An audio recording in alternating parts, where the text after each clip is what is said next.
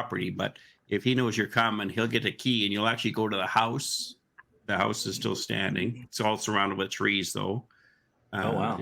He'll I actually like take you that. right to that location. And he'll give you this is where it was, this is where they ran, or this is where it was, where they ran to, this is where they ran down by the river to hide the kids.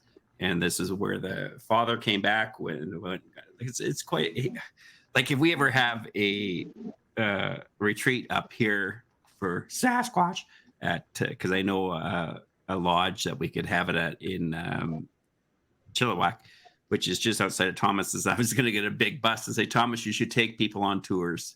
Because that's what you could do. And you could stop and go on. And he'll take you to places where, they came through and they ran through here. The Sasquatch ran through here. So-and-so was in that trailer right there with the window. And you could see outside. You could see what it was and all that kind of stuff. It's a lot more tactile than just hearing stories of locations. And it's not vetted. But these ones have been vetted by, over the years kind of thing. So. And they're all really going to try located. to make this happen next year is to take the shindig up north and go to an area somewhere near there, depending on where, that final decision of exactly where. We're not going to really let a whole lot of people know because we realize that the less people, the better, actually.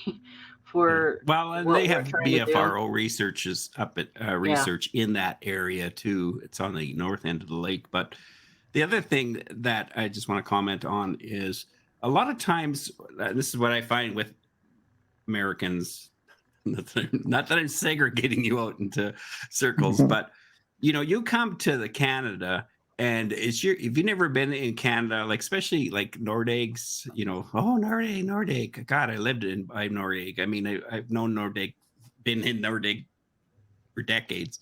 But when I go there, because I live there, it's not this magical, oh my God, this is where the tree is, where, they took the tree structure, the first one Todd Standing took us to. Yeah. It's right next to the roadway. It's around a reservation. It's also logging. To me, it's just garbage.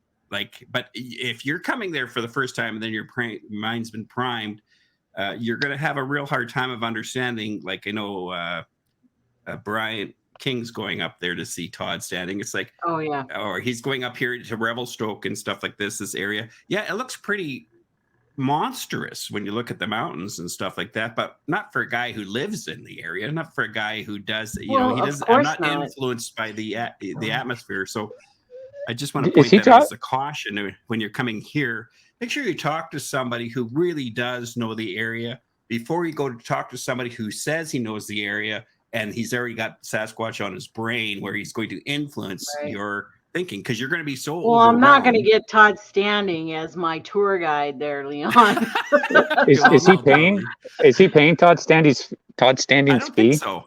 I think Todd is. You'd have to ask Brian. I don't think he is though. I think Todd offered him a trip kind of thing, but. I was just trying to ask. I was going to maybe contact Brian and just say, "Are you flying into?" That's what I did with Meldrum. Are you flying into Calgary or Vancouver or Kelowna to go to this place? Because if he's close enough, because it's a 5-hour drive from my house, I would meet up with him first. Not to sway him or anything, because I think people should do. It's basically what you do, Brent. You go, you connect up with the people, you see what the inside stuff is, and I think you do what Matt you're talking about. Look, it's great to have these resources, these maps, but I find, especially the whole thing with Map Moneymaker, that whole thing just blew my hopefulness of understanding that people were doing legit research and documentation.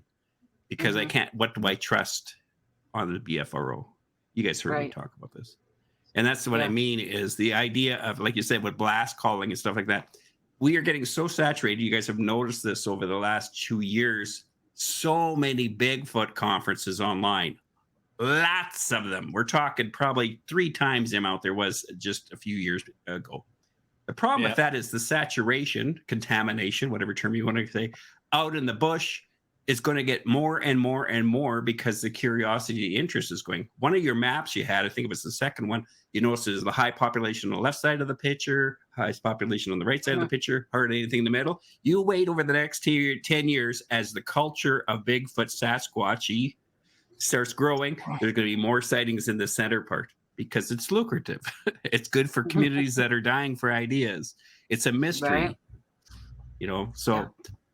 just words Yeah, of I believe caution. that some of that is definitely that, and that's why I was voting caution. You can't Yep, rely, and that's why how are they vetting? We don't know, and yep, there's no way to know either. Okay. right. It's just you have to take it as it is and put it as one more little tool, but it's not your main thing for you. You're going to have to go and find that out yourself pretty much. Well, the key But part, like with what Brent and sorry, I might be overlapping you again for the time difference, but what you do is you got to find your own area. So you mhm, know your own area. So you've been there enough times that when there's something different in the area, you recognize that. Same way as if I was at home and something else was on my coffee table that wasn't there, it's never been there. I see it immediately. And that's the familiarity that you have to do. Then you can also educate yourself through your own stupidity. We will all be morons in the bush because we're trying to learn stuff.